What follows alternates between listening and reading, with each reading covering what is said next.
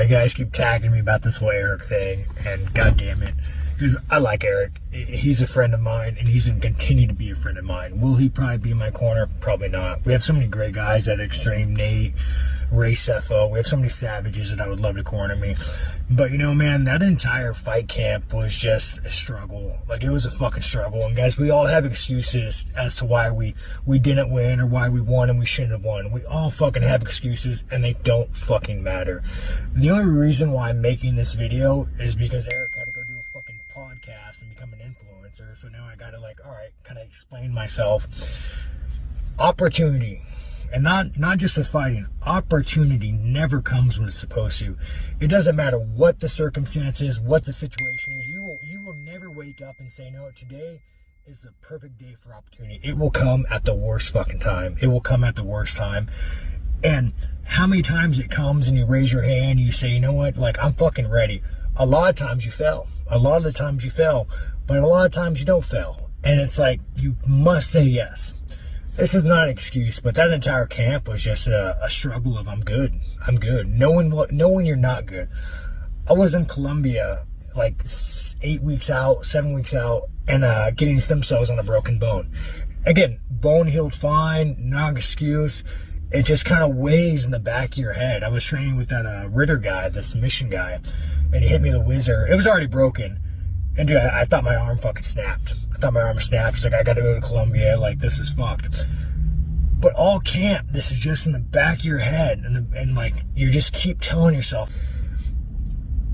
This entire camp was like a struggle of, I'm not good, but me looking in the mirror and saying, sack up. And you know, man, nothing away from Dreykus. He came here, fought his ass off, fucking broke my nose. Like, dude, fucking, hell yeah, man. Like, hats off. Did you fight like a fucking man? But, you know, you guys, I don't fight to put belts on the wall. I don't fucking fight because, you know, Eric wants to go do a fucking fancy podcast. That's not why I fight. Before fighting, you guys, I mean, I had like the lowest self-esteem, fucking couldn't even look at myself in the fucking mirror. Like, I didn't even know what like dignity was, you know, when I first started fighting. And kind of through fighting, man, like I've learned like so much. I've met so many fucking amazing people through the UFC and fighting and fight fans. Like, you guys have changed my fucking life. Changed my fucking life. Like, you've made me grow so much as a person in the ring and out of the ring. And that's why I fight. I fucking love it. I got a lot of fights left on my contract. I love fighting. I'm going back to the gym. I'm working my ass off. And I'm starting from fucking square one. And that's just kind of how life is, dude. Like, you'll always get a step back where you're like, all right, well, I got to start over. Okay. All right, guys. We just listened to Sean Strickland after the podcast of his coach, Eric Nixon. I also watched the podcast where Eric had this saying about Sean Strickland that if he wants to keep training with him, he wants him to have this mindset of a champion, and he doesn't want to keep training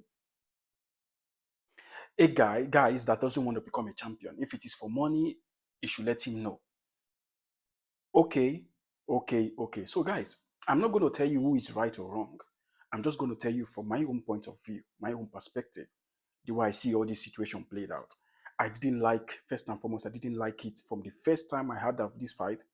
I didn't like it. I don't know if you remember, if you go back to my recent videos, you will see where I said Sean Strickland has already lost this fight before even fighting. That he was telling DDP to stand and fight with him, stand and bang with him. I didn't like it. This happened the same thing with Hiri Poaska and Alex Poatan. I mean, if you want to fight with somebody, you don't have to dictate how the fight is going to go before fighting the person. You just have to show up and show us that you are this very good fighter and very, very worthy opponent. So Strickland doesn't have any reason to come out in this video and say some things. Same as Eric Nixon. When watching that interview between Eric and Ariel Heiwani, those things he said, I thought he has already spoken to Sean Strickland before saying these things out.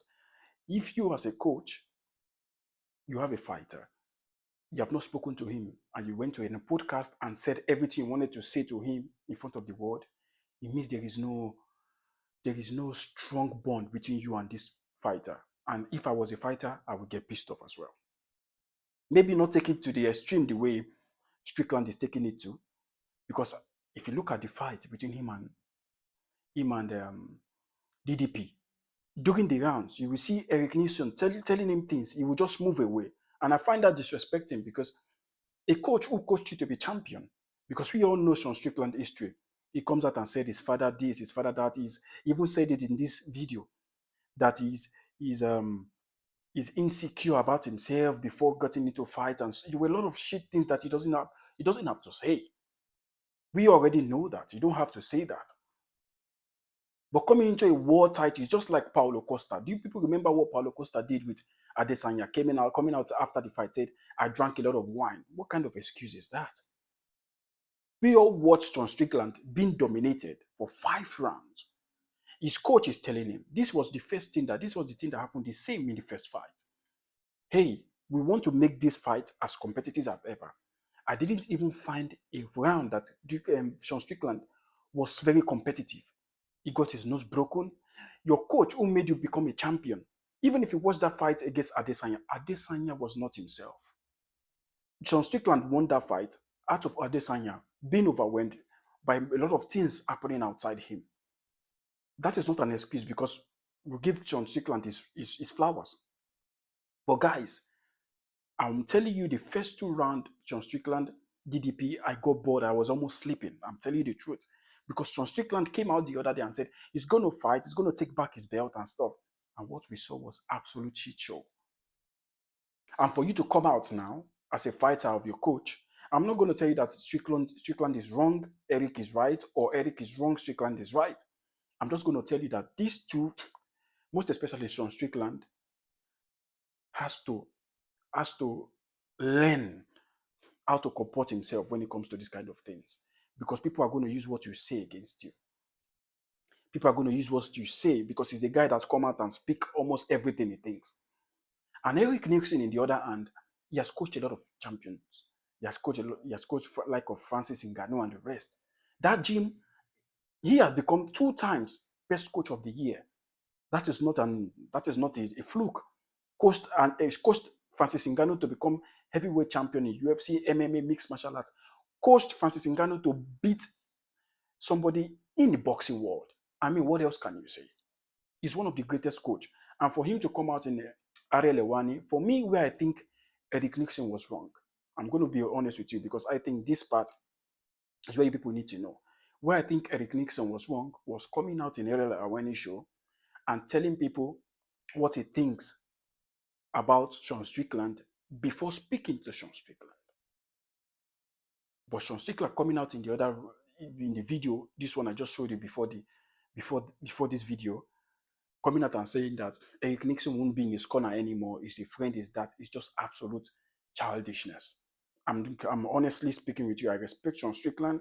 He's a very good fighter, but what he comes out in this video to say is absolute shit, childishness, making excuse of the week leading to the fight. The training was bad, everything. Why can't you say this before you fight? Why don't you come out and say it? If you don't want this man to be in your corner, why can't you just come out and say it? You actually, the coach, is going to make sure that he prepare you for the best day possible in that fight. What the coach has to do is to prepare you, prepare the game plan, and prepare who is going to execute it is you, the fighter. We all know that Sean Strickland on that day wasn't there. He wasn't there. He wasn't the Sean Strickland that we all expected to be. Not only the coach came out and got pissed off, Dean Thomas, most of the UFC fighters, they came out and bashed him. It wasn't who he said. You coming out and said he's going to make sure that he take the belt from DDP. There was actually no competition on that fight. Coming out in this video to attack your own coach who made you a champion doesn't even make sense at all. But we all know that there is a problem between these two lately. I don't know where it started. I don't know when it started.